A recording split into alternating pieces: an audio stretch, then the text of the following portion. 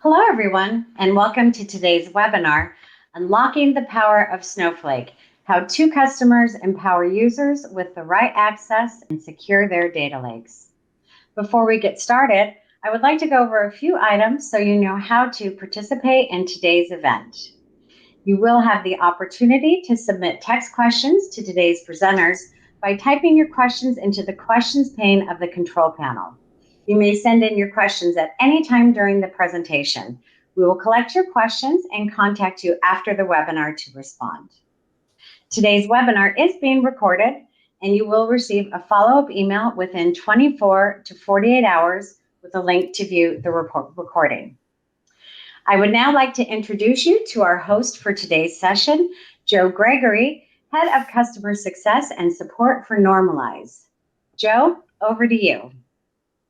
Thanks so much, Stacy. It's a pleasure to be here today to talk about Snowflake and how their platform is reinvigorating and innovating how businesses process data. And I brought some expert guests today that I'm very excited to introduce you to. We have Anoop from Sigma Computing and Josiah from Audacy. I'd love it if you guys could introduce yourselves. Hi, everyone, and a big thank you to Joe and the Normalize team for organizing this session. My name is Anoop Pudukod, and I'm a lead cybersecurity specialist at Sigma Computing. It's where I oversee our cybersecurity engineering and operations team. We focus mostly on the daily security operations using a wide range of tools. Also, big focus on the data, network, and the cloud security. Our team is also engaged in key engineering projects such as adversary simulation, and we also leverage a lot of open source tools for enhanced security solutions. Prior to Sigma, I was at Netscope, helping companies implement, operationalize, and mature their SASE efforts.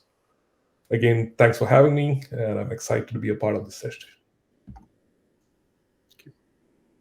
Hey, my name is Josiah Nosik. I'm a security architect at Audacy. We're a radio company and branching off into multimedia. So I've been with the company, this is my 4th year going on. And, the one thing I love about working there is just the security landscape changes every year. And, obviously this is a big year for data. So it's, timely that we have this conversation and this relationship with Normalize as data becomes the new white gold. And so, yeah, we're definitely looking forward to discussing some of the strategies we use at Audacy.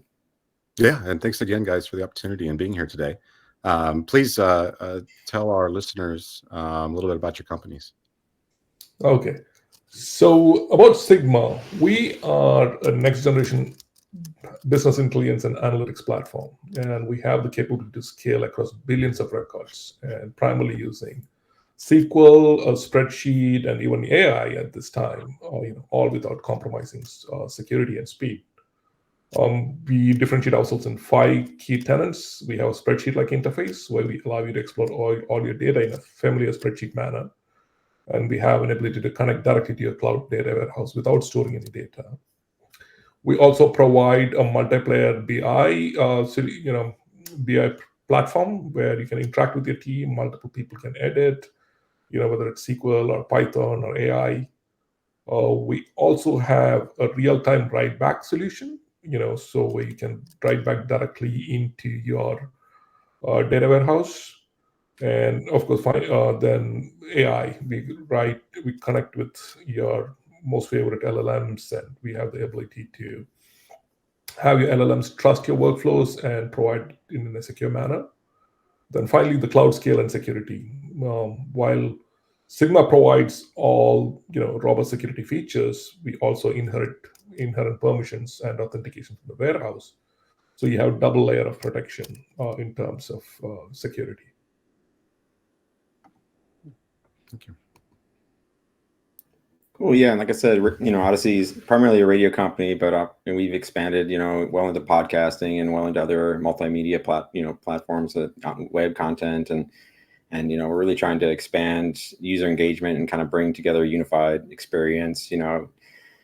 It's funny, every season we talk about, well, now that the baseball season's over, football season's ramping up, but it's like there's always some sports engagements we're looking to do, and we're trying to create a better user experience as far as how can we recommendation engines, like if you like this, then you really like that, and all the other things that media companies are looking to do. So that's kind of our primary goal right now. Thanks. Tell me about Snowflake and how your business ended up there and the value you're getting. Yeah, I can go first. So yeah, I mean, with Snowflake, we've been using Snowflake for, as long as I've been at the company. I think about 2 years prior to. So if you kind of look back at the landscape during that time, you had like Redshift and some of the other technologies that were just very hard to manage as far as like a database technology, and so Snowflake really brought in, and expanded kind of almost the whole data engineer platform. And it started with just having that data warehouse and the compute separated, which was really powerful as far as being able to manage cost and really scale when you needed to do larger data functions. And then, yeah, just usability right off the bat, and just really empowered our data scientists to be able to really develop at a faster pace. And, with the integrations of like Snowpark and, bring in non-SQL code and things like that. And just, they have top tier integrations with other data stores. So it's just an excellent solution as far as a data warehouse. Yeah. Thanks. Yeah, echo most of the things that Josie has said, but we were primarily focused on the scale and the security, and we also were built and architected primarily for Snowflake back in the day. But so it seemed as an obvious data warehouse of choice. But there are other critical reasons why we needed this, right? So while we do not store customers' data from any of the customer data, we store quite a bit of metadata for our applications to function properly. So, all the information and metadata that are essential for our services, which can improve our performance or features or reliability, are all recorded in Snowflake. So, for example, customer, user information, activity information, UI activity, cached information. These are all, part of things that we store. So, the speed and scale and the security that's required, for data of this kind is critical, and that's the reason we went with Snowflake. And in your role on cybersecurity, what were some of the challenges you faced in getting deployed in Snowflake? And obviously, data is growing. What kind of challenges are you seeing there? Yeah, I can take that. So when we first started using Snowflake, the primary challenge was, the data sprawl and what's, data is stored where and who has access to, who has access to what access to what. And the primary data security challenges were managing the access control, ensuring the encryption, the data pipelines. So we focused a lot on the RBAC side and also securing the sensitive data. And also important regulations like SOC 2, GDPR was a big priority. And so as our data environment grew, the data sprawl became a significant challenge. And with multiple teams accessing and creating data across various regions, it was becoming harder to maintain and having a clear understanding of where sensitive data was stored and who had access to it. So, to tackle this, we prioritized the data discovery and data classification. So we definitely leverage platforms like DSP, Normalize for DSPM. We leverage Snowflake's built-in data governance features. Also, Normalize was a big part of, our data security with data classification and data discovery primarily.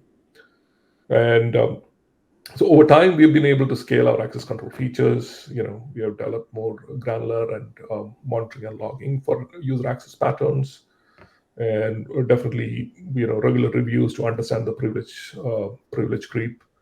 So we've been able to tackle this this challenge primarily using Snowflake in build security mechanisms, but as well as solutions like Normalize.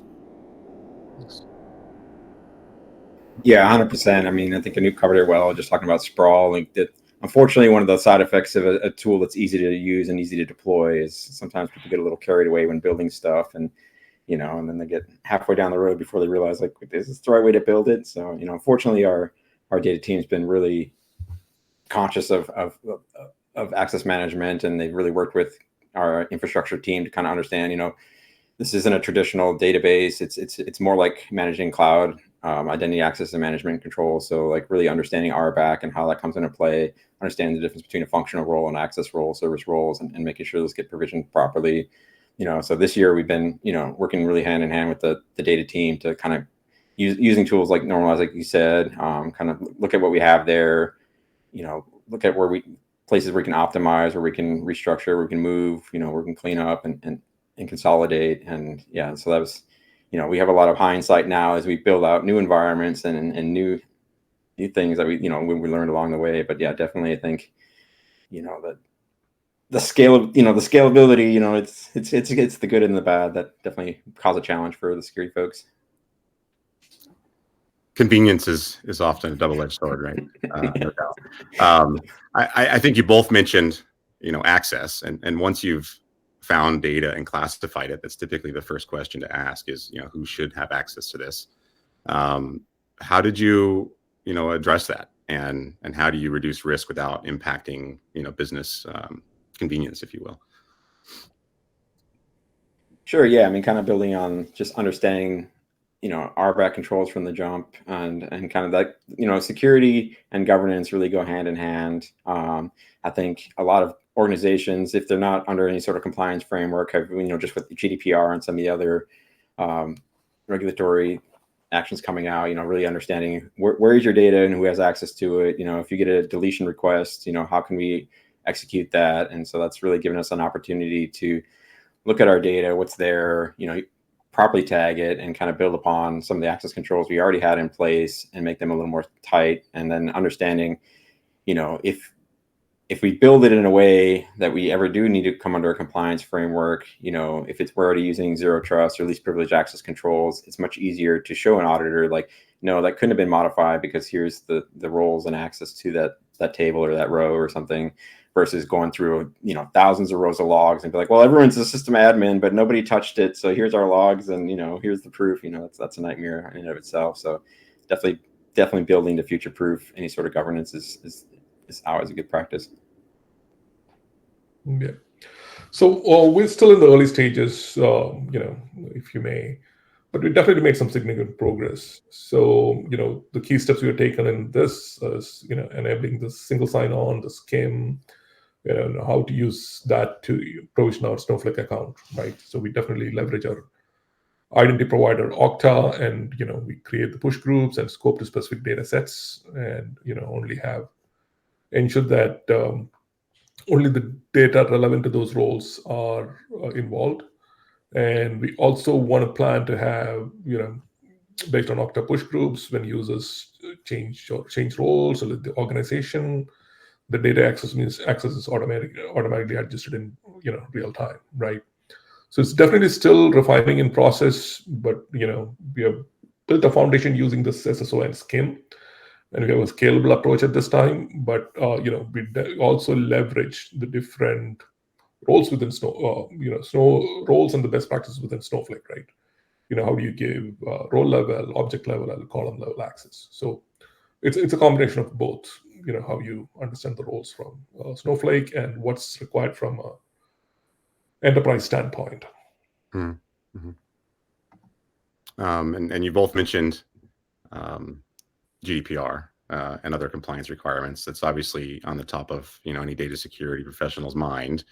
Can you talk to us about how compliance and regulations are driving your policies and strategy in it? So it's definitely very critical, plays a significant role, especially, for the security and the governance and monitoring. So, we have to adhere to frameworks like GDPR, SOC 2, and they center how we manage these data, and, also the data residency. So because of that, it's, we have to implement stringent access controls, encryption mechanisms, have proper audit logs, and also, the product has to be architected based on, when there are, details of user information from EU, where are they stored? How are they stored? Who has access to those, right? Those becomes very important.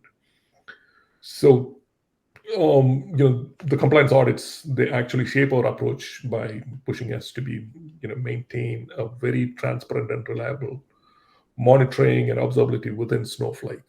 And we always keep track of records of who accessed data, when, what, and what purpose. So, and identifying critical data, and understanding the different data stores is critical piece of our product. So, especially using DSPM, we keep monitoring the different data stores within our environment. We monitor the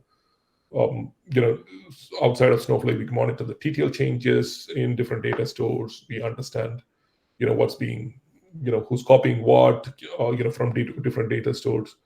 So a combination of very strict monitoring and what do you call monitoring and observability, and plus access management is what we go with to comply with the regulatory requirements and audits. Yeah, so I kind of got ahead of myself on the last slide and talked more about compliance and instead of governance, and so kind of flip it on its head. Kind of to what Anoop said is, understanding, who has access to what is a huge part of that, and also from a monitoring standpoint, it's if you have roles properly provisioned. So like if you're creating a user with a sysadmin account, that's an alarm in our system where we can analyze it, because it's a user admin should be administering a user admin account. So properly mapping those roles and having those expectations where, that way if you do lose control of the environment or you see something fishy, it really stands out. I think a big part of it is just like things like service accounts, any sort of interconnections. It's very easy for someone to be like, well, this has access to this, and I'm going to use it for this and this and this and this, and pretty soon it's kind of all over the board, and it just gets much harder to monitor what's doing what. Why is this warehouse talking to this database, and why is this service account talking to when it should be one service account for one resource, and so on and so forth. So I mean, kind of using those, really sitting down and thinking about what your governance structure looks like just makes it much easier to adhere to any compliance model, because you can sit here and say this, point to an object or a user, and I can tell you pretty much anything about it just based on the naming conventions or the tags associated. When you have tools like Snowsight or Normalizer, I can go in there and have the fancy graph to show it. That's great, and that it definitely helps us identify some of the sprawl or some of the inheritance that we may not have anticipated. But you should have it structured in a way that given the object or given the user, you can map one to the other just based on the what's available there for you. Yeah, thank you. I think a lot of organizations are migrating to the cloud. More and more businesses are being built in the cloud, and in fact, some even being built within Snowflake. What recommendations might you have for folks just starting this journey? Lessons learned, gotchas. Josiah.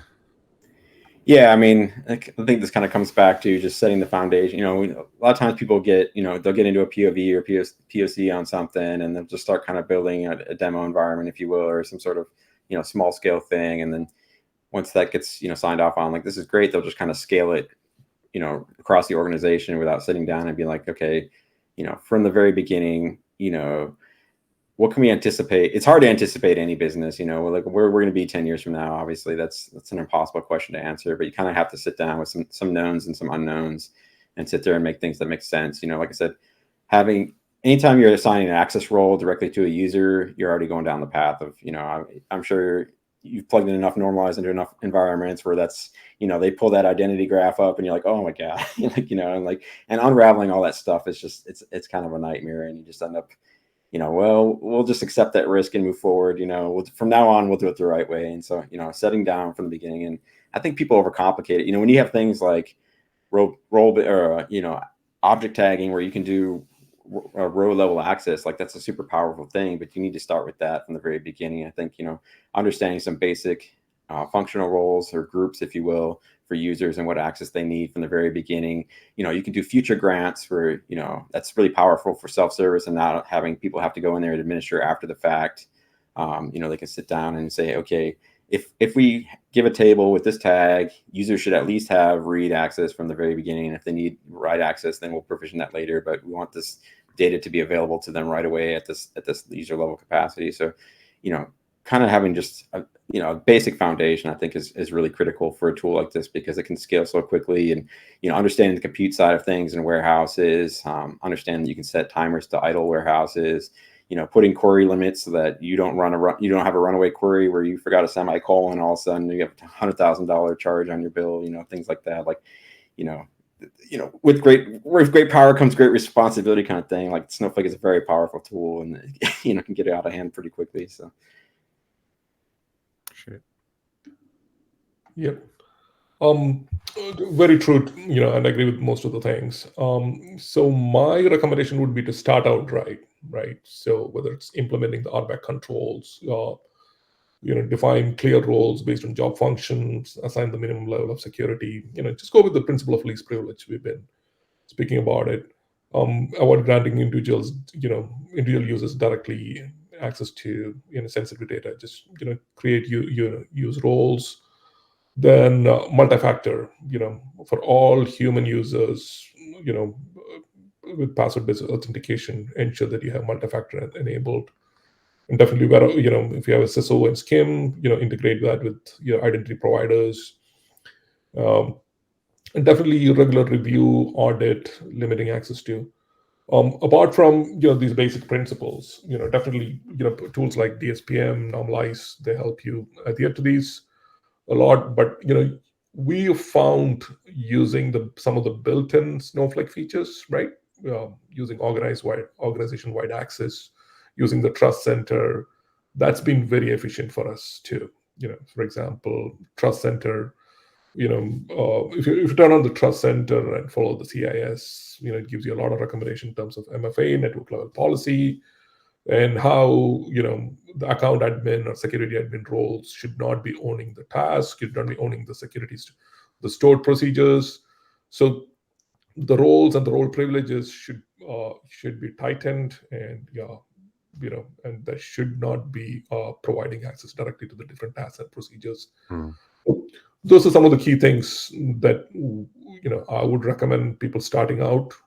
Leverage the right tools, whether it's built-in features within Snowflake, or even third-party tools like DSPM, just to understand where your data resides, who has access to data. That's going to be the most critical. Right. These are a lot of great ideas. I appreciate that. I think some of these, to avoid gotchas, it's the same thing with keeping up with growth. Being able to classify data at scale and have real-time monitoring, right, rather than manual processes. How are you planning on keeping up? What are the strategies that you're putting in place? Especially with how quickly data is sprawling, and with AI and ML, we're just getting started, I think, right? Right. Yeah. So as long as we can keep the visibility, right, and at scale as it comes in, that's key to be operationally efficient. So automating the security controls, whether it's access management, monitoring, compliance reporting, implementing a zero trust, leveraging the encryption, leveraging RBAC. Another key pre-critical piece will be robust monitoring and alerting systems, right? Whether it's the Snowflake or external tools, and follow general best practices, right? When it comes to network security, ensure that you have the private connectivity or known IP access lists, or firewall to connect to different apps if it's Snowflake requires to connect externally.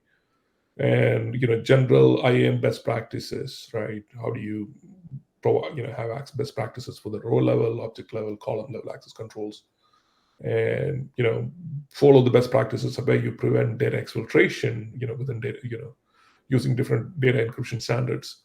Those will be the key. It's not so starting from access control, RBAC, principle of least privilege, monitoring, and general best practices in terms of network IAM and data security. That's how we plan to be operationally efficient. So putting your head in the sand and ignoring the problem isn't a viable solution. No, I mean, to touch on what Anu was saying, like, it's understanding what's already there, understanding what's coming in, understand where it's going. If you start out having that kind of model, having those, I think tagging is always a huge thing that kind of always, we've been saying it for decades in the cloud, just tag, tag, tag, and then people don't, and then go back and try and figure out what stuff is later on, and it's a nightmare. And I think the power of object level tagging and Snowflake is huge, as you connect more and more, if you're connecting any sort of AI technology to Snowflake, being able to say, this is, with this on the service account role, saying this is what it can look at, this is what it can't look at, because again, when you start doing these, God bless Snowflake for having these one-click integrations, but it's not at the same time from a security standpoint, like, oh man, why gotta make it so easy for them to put all the data or read all the data or move all the data? Like, that definitely becomes harder and harder to manage, especially if you're using, over provisioned roles. If you're starting from least privilege, like Anoop has touched on several times, then kind of setting that standard across the board of what makes sense, and putting guardrails in so that developers and data scientists can really explore without risk, experiment without risk, if protect them from themselves, if you will, it's definitely a team effort. They have to tell us what they need, and we have to kind of come together on what's sensitive and what's okay and what's not okay. And because the power of scale, obviously as this tooling builds out and we get more and more competitive in the AI, if people are offering more and more AI offerings and things like that, like, the speed of development is just going to, scale so fast. And it's the only way to keep, wrangle that in at all is just to have a strong foundation and a strong communication with what people need, want, and what's, allowed. So. Yeah, absolutely. I appreciate that. I think, I've learned a lot from you guys in the recent past about Snowflake, as you're both obviously experts, but you're also normalized power users. So I appreciate you guys coming today. I hope everyone can learn a lot from that. I think if you want to find out more, check out Normalize in the Snowflake marketplace. You can access more information there. Reach out. In addition, Normalized ESPM helps with more than just Snowflake. We kind of give you a single view across your data wherever it resides, and Snowflake is a big part of that. Obviously, we focus on discovering and classifying data, mapping that out to compliance and security findings, and driving remediation, and ultimately, like the guys mentioned, least privilege, access control, activity levels, etc. And if you'd like any information, please check us out at normalize.ai. I really appreciate your time today, Anoop and Josiah. I think everyone's going to learn a lot from this, and we'd love to have a continued conversation. Please, like Stacy mentioned, go ahead and put questions in the chat. We'll follow up on those, and keep an eye out for the recording. Again, thank you so much, guys, and really appreciate it. Thank you. Yeah, thank you for the opportunity. Thanks for having us.